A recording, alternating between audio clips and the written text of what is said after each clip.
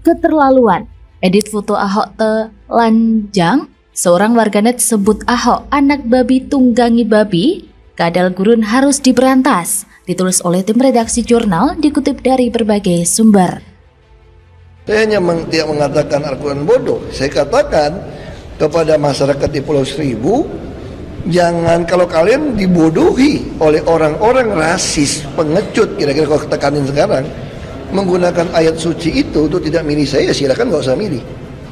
Saya pengalaman dari tahun 2003 berpolitik. Saya temukan lawan-lawan politik yang rasis dan pengecut selalu menggunakan ayat itu untuk membodohi orang tidak pilih saya. Ahok ini adalah isu atau objek yang seksi untuk ditembakin oleh mereka. Mereka dulu pernah menjatuhkan Ahok dari kursi gubernur gara-gara Ahok kepleset lidah. Bukan karena menista agama, tapi ujaran kepleset lidahnya Ahok dipolitisasi menjadi api yang membara dan demo yang berjilid-jilid. Apa kabar kadrun-kadrun seluruh Indonesia yang lagi ngantri kena karmanya Ahok? Sabar, semua kebagian. Mereka yang pernah berseberangan dengan Ahok, banyak yang sudah berangkat duluan. Yang lain antri siapa yang di depan. Tidak ada sama sekali prestasi Anies Baswedan yang dibanggakan sejak dia menjabat sebagai Gubernur DKI Jakarta. Jakarta ini bukannya semakin maju, malah semakin mundur. Tapi coba kalau kita melihat Ahok, sejak Ahok menjabat sebagai komisaris utama di PT Pertamina, sudah banyak sekali gebrakan yang dilakukan olehnya. Seorang netizen di media sosial bernama Bobby Andika memposting sebuah foto editan yang memperlihatkan komisaris utama PT Pertamina, Basuki Cahayapurnama atau akrab disapa Ahok, telanjang sambil menaiki seekor hewan babi. Foto editan yang memperlihatkan Ahok tengah telanjang sambil menunggangi seekor babi itu diposting netizen Bobby Andika lewat Twitter pribadinya @bobbyandika11. Seperti dilihat pada Selasa 12 Juli 2022. Dalam narasi unggahannya, ia melontarkan hinaan terhadap Ahok dengan menyebut mantan gubernur DKI Jakarta itu sebagai anak babi yang lagi menunggangi babi. Pada unggahan lainnya, netizen itu juga mengedit foto Ahok seolah tengah memakai sorban berwarna putih. Adapun narasi dalam foto editan itu, si netizen itu menyebut kepanjangan Ahok yaitu Ali Hasan Omar Kholib. Tak hanya itu, netizen Bobby Andika juga sempat menanggapi postingan Sekjen Aliansi Indonesia Timur, Bobi Risakota, yang membandingkan antara sosok Anies Baswedan dengan Ahok. Bobi Risakota menyebut Anies selalu mengajak warga Jakarta sholat Id di Stadion JIS, lantaran selama menjabat gubernur, dia lupa membangun masjid. Sementara Ahok, kata Risakota, saat menjabat gubernur DKI Jakarta telah berhasil membangun 4 masjid. Menanggapi postingan Bobby Risakota yang membandingkan antara Anies dan Ahok soal pembangunan masjid itu, netizen Bobby Andika pun tampak geram. Ia meminta Bobby Risakota menunjukkan masjid mana yang dibangun oleh Ahok. Ia juga menuduh Bobby Risakota adalah penyebar hoax. Padahal jika dilihat nih, apa yang diungkapkan oleh Bobby Andika itu sendiri adalah salah satu hoax yang sangat parah. Dan menyebarkan kebencian juga masuk perilaku yang kurang pantas dan terkesan sebagai orang yang tak terdidik. Terlebih mengedit dan menyebarkan foto yang masuk pada ranah penghinaan. Hal tersebut dapat terjerat hukum yang begitu berat dan harus dipertanggungjawabkan sebagai bentuk upaya jera bagi para kadal gurun. Perilaku para kadal gurun ini efek sakit hati, sebab orang yang mereka rendahkan sekarang ditinggalkan. Orang yang mereka jatuhkan sekarang jadi pimpinan. Sementara orang yang mereka tinggikan sekarang malah direndahkan serendah-rendahnya. Orang yang dimuliakan justru semakin dihinakan. Menggunakan kata dihinakan karena yang bersangkutanlah yang membuat dirinya sendiri hina, bukan pemerintah dan bukan Anda. Ahok ini menjadi pelajaran penting bagi kita semua sobat. Bukan hanya kadrun saja yang harus belajar. Itu pun kalau mereka mau belajar loh ya. Melainkan kita semua agar belajar untuk tidak terlalu mencintai dan membenci sesuatu. Yang standar aja deh, karena di hari esok tidak tahu apa yang terjadi. Kalau bangsa kita mau negara kita yang tercinta ini maju, kebencian seperti inilah harus disembuhkan. Perbedaan pendapat itu alami. Mendukung calon yang berbeda itu adalah hak masing-masing warga negara. Kampanye itu baik kalau dilakukan dengan sehat. Kampanye negatif dengan membuka kekurangan pihak lawan masih bisa diterima selama dalam batas wajar dan tidak melanggar etika dan hukum. Kampanye hitam yang mengandalkan hasutan berdasarkan kebohongan adalah hinaan, sangat hina. Hanya orang malas, lemah, dan kulas yang menggunakan kampanye hitam. Maka kalau mau menarik ke atas, sejatinya agama itu hanya ada dua hal, yaitu keadilan versus kezoliman. Agama apapun yang dianut, apakah sudah selaras dengan keadilan? Dan orang-orang yang menggunakan agama sebagai alat pencapai kepentingan pribadi atau kelompok dan menindas kelompok lain adalah kezoliman.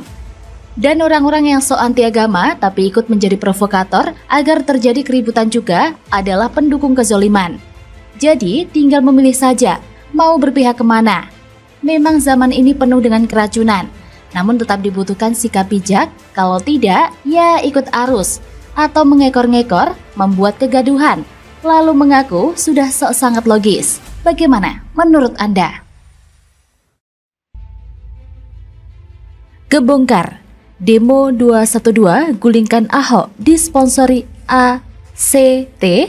Wasekjen PA 212 langsung buru-buru cuci tangan. Munafik.